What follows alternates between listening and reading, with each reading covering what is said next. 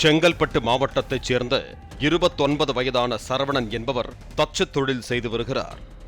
கடந்த 5ஆம் தேதி சோழிங்கநல்லூரில் தச்சு வேலை செய்து கொண்டிருந்த போது எதிர்பாராத விதமாக மரம் அறுக்கும் இயந்திரம் இடது கை மணிக்கட்டின் மீது பட்டு அது துண்டாகி தொங்கியுள்ளது.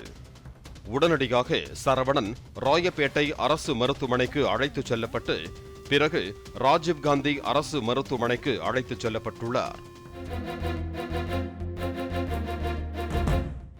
மணிக்கட்டு வரையிலான பகுதி வரை இரத்த ஓட்டம் நின்று போனதையும் உணர்வு இல்லாமல் போனதையும் கவனித்த மருத்துவர்கள் விரைவாக அறுவை சிகிச்சைக்கு ஏற்பாடு செய்துள்ளனர். பிளாஸ்டிக் சர்ஜரி குழுவினர், எலும்பியல் நிபுணர் குழுவினர் மற்றும் மயக்கவியல் குழுவினர் இணைந்து மாலை 6 மணி அளவில் அறுவை சிகிச்சையை தொடங்கியுள்ளனர். எலும்புகள், நரம்புகள் இணைக்கப்பட்டு பிளாஸ்டிக் சர்ஜரியும் செய்து முடிக்க அதிகாலை 2 மணி ஆகிவிட்டதாக பிளாஸ்டிக் அறுவை சிகிச்சை துறை தலைவர் மருத்துவர் செல்வகுமார் தெரிவித்தார். இம்மீடியட்டாக வித்தின் ½ அன் ஹவருக்குள்ளே ஆப்ரேட் தேட்டரில் ஷிஃப்ட் பண்ணிவிட்டு combination plastic surgeon, orthopaedic surgeon and anaesthetist சேர்ந்துட்டு அனஸ்தீசியா ஜெனரல் அனஸ்தீசியா கொடுத்தாங்க. ஆர்த்தோபெடிக் சர்ஜன் ஃப்ராக்சரை ஃபிக்ஸ் பண்ணாங்க. பிளாஸ்டிக் சர்ஜரி டீம் ஒரு 5 பேர் போயிட்டு எல்லா 2 நரம்பு radial artery, ulnar artery 2 repair பண்ணோம்.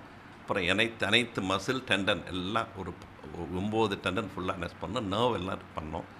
இந்த சர்ஜரி முடியும் போது காலையில் 2 மணிக்கு முடிச்சுட்டு இப்போ பேஷண்ட் வார்டில் இருக்கார். இப்போ நார்மலாக இருக்கார்.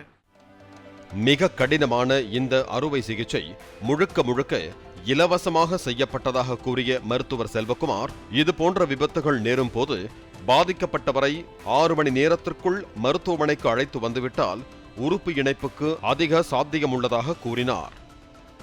தற்போது சரவணனுக்கு கைகளில் உணர்வு வந்துள்ளதாகவும் தொடர் பிசியோதெரபி சிகிச்சைக்கு பிறகு அவர் பூரண குணமடைவார் என்றும் மருத்துவர் செல்வகுமார் கூறினார்.